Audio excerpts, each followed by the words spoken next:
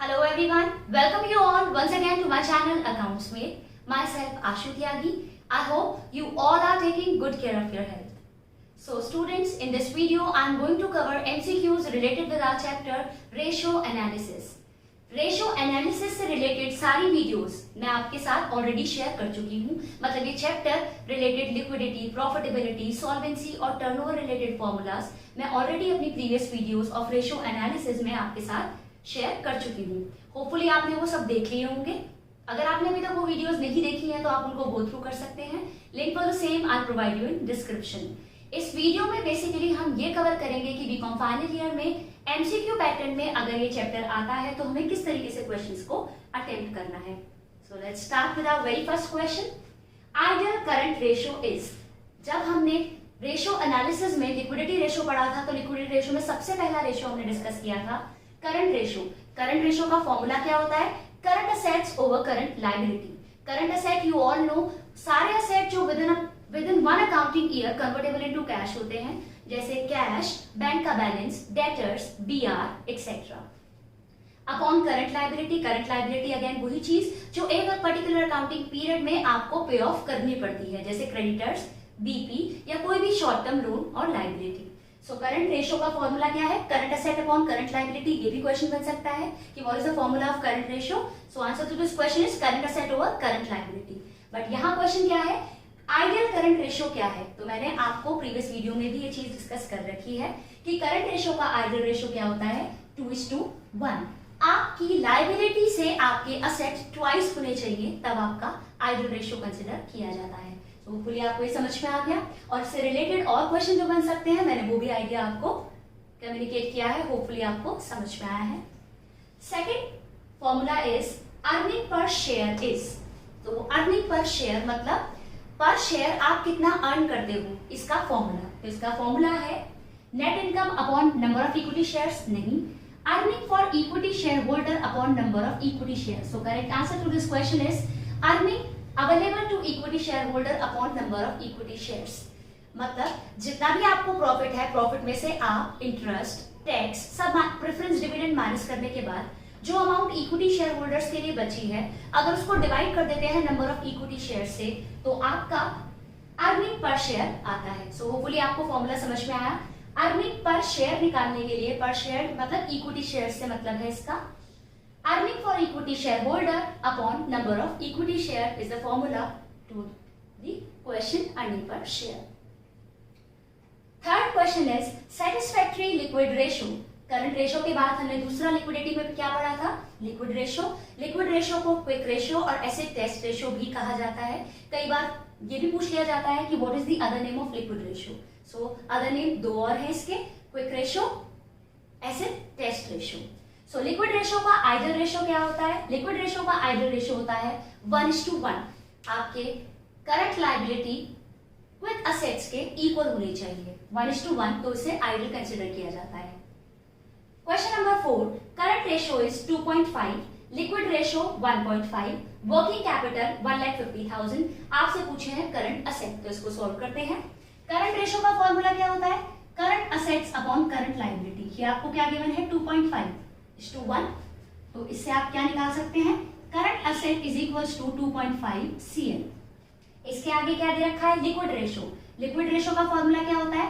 Quick assets upon current liability is equals to 1.5/1, और you can say quick asset is equals to 1.5 CL। Hopefully आपको ये समझ में आया। आगे इसने क्या बोला है? Working capital is 1,50,000। Working capital का फॉर्मूला क्या होता है? Current asset minus current liability. ये भी मैंने अच्छे से आपको लिक्विडिटी में एक्सप्लेन कर रखे हैं। आप उस वीडियो को देखेंगे तो ये फॉर्मूले और अच्छे से आपको समझ में आ जाएंगे। सो वर्किंग कैपिटल आपको कितनी गिवन है? 1,50,000। करंट असेट की जगह हम क्या लिख सकते हैं? 2.5 CL माइनस CL। तो ये कितना आएगा? 1,50,000।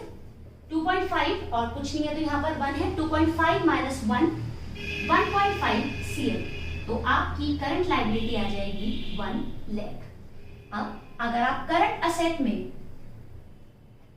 ये वैल्यू पुट कर दें 1 लाख, तो आपके करंट असेट की वैल्यू कितनी आ गई? 2,50,000। क्वेश्चन में क्या पूछा गया था? करंट असेट क्या होंगे? So correct answer to this question is 2,50,000। So hopefully आपको समझ में आया क्या किया मैंने।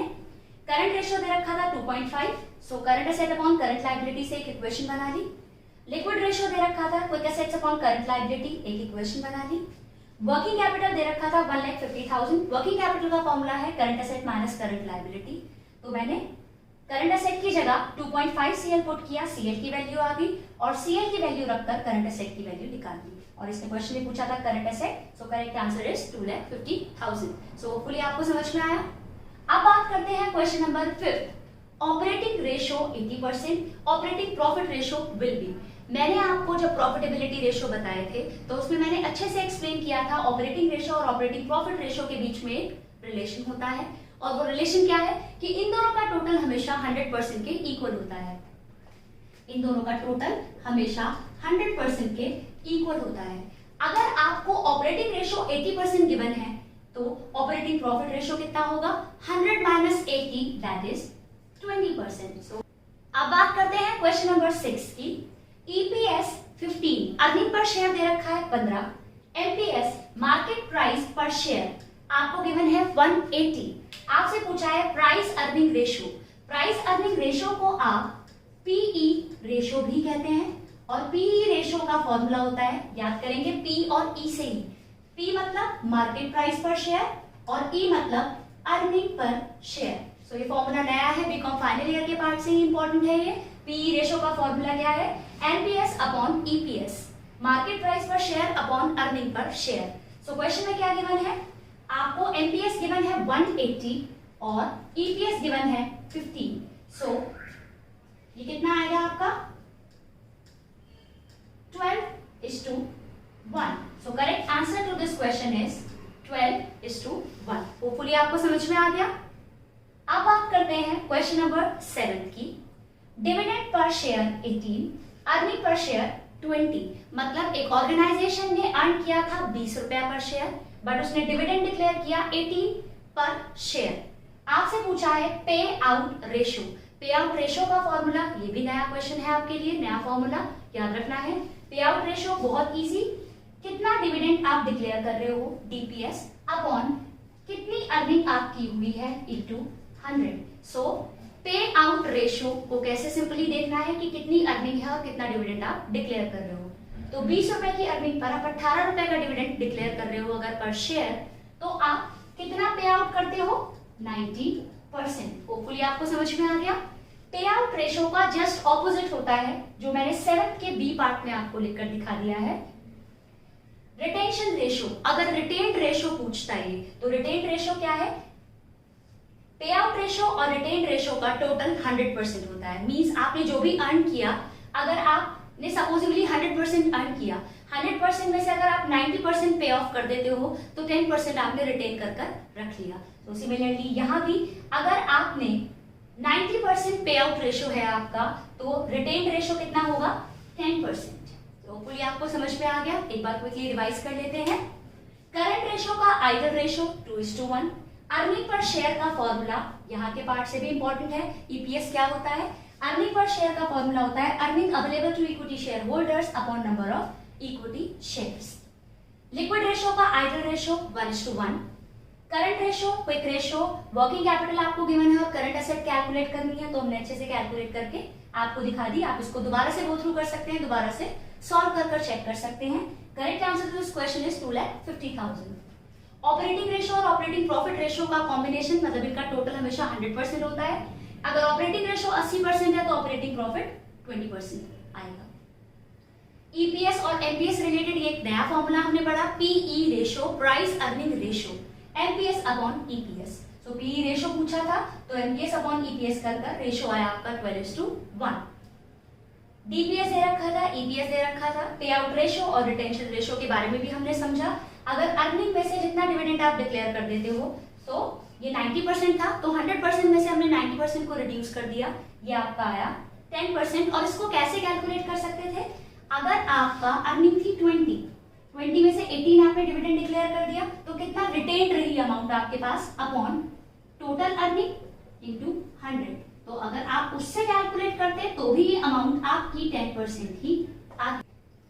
सो होपफुली आपको समझ में आ गया है कि रेशो एनालिसिस से रिलेटेड एमसीक्यूज आपको किस तरीके से प्रिपेयर करने हैं। लिक्विडिटी, सॉल्वेंसी, प्रॉफिटेबिलिटी, टर्नओवर, इन सब के फॉर्मूलाज, इनके दूसरे नाम। विद दैट आपको दो फॉर्मूले और मैंने आपको बताए, पीई रेशो और मैंने आपको पे आउट रेशो और रिटेंशन रेशो के बारे में भी समझाया। सो होपफुली आपको अच्छे से समझ में आ गया है। If you have any problem आप मुझे कमेंट बॉक्स में बता सकते हैं। अगर आपको मेरी वीडियो अच्छी लगती है तो इसको लाइक और शेयर करें। अगर आपने अभी तक मेरे चैनल को सब्सक्राइब नहीं किया है then do subscribe my channel too. If you have not pressed the bell icon, so you can press the bell icon so that you can get the notifications of my latest update. Thank you so much for watching.